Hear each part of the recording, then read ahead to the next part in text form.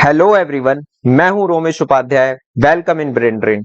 आज हम जो टॉपर रिकमेंड करते हैं strictly UPSC civil services prelims के लिए, उस बुक लिस्ट को डिस्कस करेंगे जीएस पेपर 1 के लिए और जीएस पेपर 2 के लिए। और इस वीडियो में हम सब्जेक्ट वाइज डिस्कस करने वाले हैं। देखिए, अब सबसे पहले हम बात करते हैं हिस्ट्री के लिए। मैंने शुरुआत में भी बोला और अभी भी रिपीट कर रहा हूं मैं, ये सारी बुक लिस्ट टॉपर्स रिकमेंडेड हैं। अब सबसे पहले बात करते हैं आर्ट एंड कल्चर के लिए। क्लास 11th की एनसीईआरटी आती है फाइन आर्ट्स कर। ये बुक आपको पढ़ना पड़ेगा line to line, word to word. इस बुक को तो टॉपर्स बहुत ज्यादा स्ट्रिक्टली फोकस करते हैं क्योंकि इससे सीधे क्वेश्चन आपके प्रीलिम्स में देखने को मिलते हैं। उसके बाद नितिन सिंघानिया भी आर्ट एंड कल्चर के लिए बहुत बल्कि बुक है, मोटी है, तो इसको आपको सिलेक्टिव रीडिंग करनी है। इसका पेज बाई पेज नहीं पढ़ना है, सिलेक्टिव रीडिंग करनी है। अब आपको जीएस का जो सिलेबस है जीएस पेपर 1 का, वहां से सब टॉपिक को उठाकर यहाँ पर आपको जैसे जैनिज्म, बुद्धिज्म, ऐसे टॉपिक्स इसमें से चूज कर पढ़ने हैं। एंशिएंट हिस्ट्री की हम बात करें तो क्लास 11th की ओल्ड एनसीईआरटी आती है आर.एस. शर्मा की, ये आपको पढ़नी पड़ेगी। ये भी पेज बाई पेज पढ़नी पड़ेगी। मेडिवल हिस्ट्री की भी क्लास 11th की ओल्ड एनसीईआरटी आती है, ये भी आपको page by page, word by word पढ़नी पड़ेगी क्योंकि ये दोनों ही हाई इन्वेस्टमेंट वाली बुक है। यहाँ पर आप ज्यादा इन्वेस्टमेंट देंगे तो आपको रिटर्न्स भी ज्यादा मिलेंगे। अब बात करते हैं मॉडर्न हिस्ट्री के लिए। तो देखिए, मॉडर्न हिस्ट्री के लिए स्पेक्ट्रम को तो वाइवल माना जाता है यूपीएससी में। इससे बहुत सारे मॉडर्न हिस्ट्री में सीधे क्वेश्चन आते हैं। अब आपके पास समय ज्यादा है तो आप मॉडर्न हिस्ट्री पढ़ सकते हैं।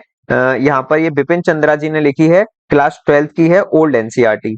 और इसके अलावा आप ये भी पढ़ सकते हैं जो न्यू एनसीईआरटी है, थीम्स इन इंडियन हिस्ट्री। इसके 3 पार्ट हैं, ये लगभग 500 पेजेस की बुक हैं तीनों, तो ये आप पढ़ सकते हैं। मगर ये सिर्फ उन लोगों के लिए है जो अभी कॉलेज के फर्स्ट ईयर में है, सेकंड ईयर में, जिनके पास समय ज्यादा है। ज्योग्राफी की बात करते हैं। देखिए, मोस्टली टॉपर हमेशा यही रिकमेंड करते हैं कि आपको ज्योग्राफी के लिए सिर्फ और सिर्फ एनसीईआरटी ही पढ़नी चाहिए। जैसे जीसी लियोंग, वो इंडिया स्पेसिफिक बुक नहीं है तो उसको आपको पढ़ने की इतनी आवश्यकता नहीं है। आप सिर्फ एनसीईआरटी पर फोकस करिए। यदि आपके बेसिक कंसेप्ट क्लियर नहीं है तो आप क्लास 6 से उठाइए बिल्कुल, और एक एक वर्ड, एक एक टर्म्स को गूगल पे जाके सर्च करिए यदि समझ नहीं आता है। और यदि आपके बेसिक क्लियर है तो आप 9 to 12 भी ज्योग्राफी को पढ़ सकते हैं। नेक्स्ट है पॉलिटी। पॉलिटी के लिए लक्ष्मीकांत, आपको पता है, ये लक्ष्मीकांत के जितने भी प्रीलिम्स में पॉलिटी में क्वेश्चंस पूछे जाते हैं वो लगभग 90% क्वेश्चंस सीधे किससे आते हैं? लक्ष्मीकांत से आते हैं। उसके बाद यदि आपको बेसिक अंडरस्टैंडिंग नहीं है, पॉलिटी क्या है, इंडियन कॉन्स्टिट्यूशन क्या है, तो ये 11th की इंडियन कॉन्स्टिट्यूशन एट वर्क, इससे भी 2-4 क्वेश्चंस पूछ लिए जाते हैं प्रीलिम्स में।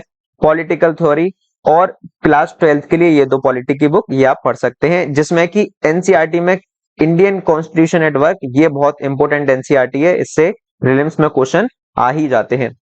नेक्स्ट देखिए, हम बात करते हैं इकोनॉमिक्स के लिए।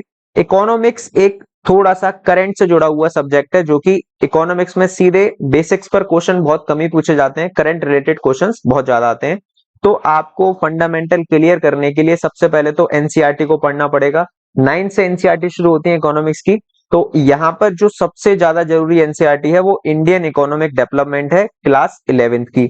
उसके बाद आपको क्लास 12th की मैक्रो इकोनॉमिक्स भी पढ़नी पड़ेगी, ये वाली book macro economics. Micro economics आपको पढ़ना नहीं है, ये इस बार एक बार इसमें सिलेक्टिव रीडिंग करनी है। कुछ टॉपिक्स इसमें हैं जो आपके पूछे जाते हैं प्रीलिम्स में।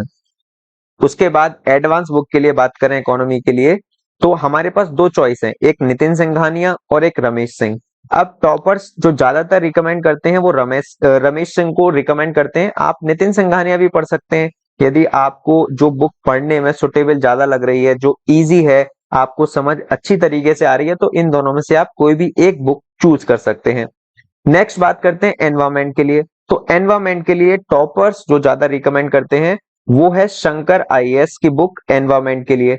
नेक्स्ट हमारे पास कुछ टॉपर्स पीएमएफ आईएएस की भी बुक रिकमेंड करते हैं। इसमें देखिए, कुछ जो टॉपिक्स हैं, कंसेप्ट हैं, वो बिल्कुल पिक्चर की फॉर्म में दिखाया गया है। तो मुझे, मेरा पर्सपेक्टिव ये है कि जो पीएमएफ आईएएस बुक है, इसमें मतलब देखकर आदमी जल्दी समझ लेता है, वर्चुअल अंडरस्टैंडिंग बहुत जल्दी हो जाती है। इसी वजह से तो मैं तो आपको रिकमेंड करूंगा पीएमएफ आईएएस आप परचेज करें तो ज्यादा बेटर रहेगा। यहाँ से आपको पढ़ने में बहुत इजी लगेगा, कठिन नहीं लगेगा।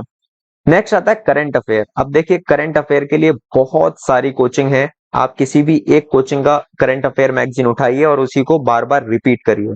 टॉपर्स हमेशा एक बात लिखते हैं, हर कोई टॉपर एक कॉमन उनका जो पॉइंट निकल कर आता है ये आता है कि रिसोर्सेज को लिमिटेड रखिए और रिवीजन को मैक्सिमाइज करिए। तो करंट अफेयर के लिए मोस्टली आप जो टॉपर्स यूज करते हैं वो है विजन आईएएस मैगजीन, ठीक है। तो विजन आईएएस आप पढ़ सकते हैं और इनसाइट की भी आती है, मगर विजन आईएएस का जो रिटर्न निकलेगा हमको वो ज्यादा निकलेगा, क्योंकि विजन सब लोग विजन को ही ज्यादा फोकस करते हैं इसीलिए। इंटरनेशनल रिलेशन से भी क्वेश्चंस बनते हैं प्रीलिम्स में, तो ये सीधे आपको इसके लिए ऐसी कोई बुक परचेज करने की जरूरत नहीं है, आप सिर्फ करंट अफेयर से जुड़े रहिए, क्योंकि 2022 का जो प्रीलिम्स है उसमें भी लगभग 4 से 5 क्वेश्चंस इंटरनेशनल सीधे क्वेश्चंस पूछे गए थे इंटरनेशनल रिलेशंस के ऊपर। तो ये सारी चीजें हो गई। अब जीएस पेपर 2 के लिए डिस्कस कर लेते हैं। तो देखिए जीएस पेपर 2 के लिए ऐसी कोई पर्टिकुलर बुक नहीं है, क्लास 10 तक का मैथ आता है इसमें। आपके यदि बेसिक कंसेप्ट क्लियर है, मैथ्स आपको थोड़ा बहुत आता है, तो आप इस पेपर को इजीली क्रैक कर सकते हैं।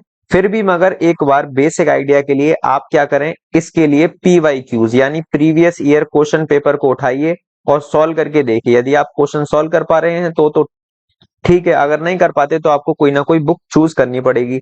तो रीजनिंग के लिए आर एस अग्रवाल की बुक आती है, ये आप परचेज कर सकते हैं। और जो मैथ्स वगैरह का पोर्शन है वो ये मैकग्रो हिल की बुक आती है, ये आप परचेज कर सकते हैं। इसमें अच्छे क्वेश्चंस हैं और कंसेप्ट भी दिए हुए हैं इस बुक के अंदर। तो आज हमने जीएस पेपर 1 और जीएस पेपर 2 के लिए प्रीलिम्स के लिए कंप्लीट बुक को डिस्कस कर लिया है।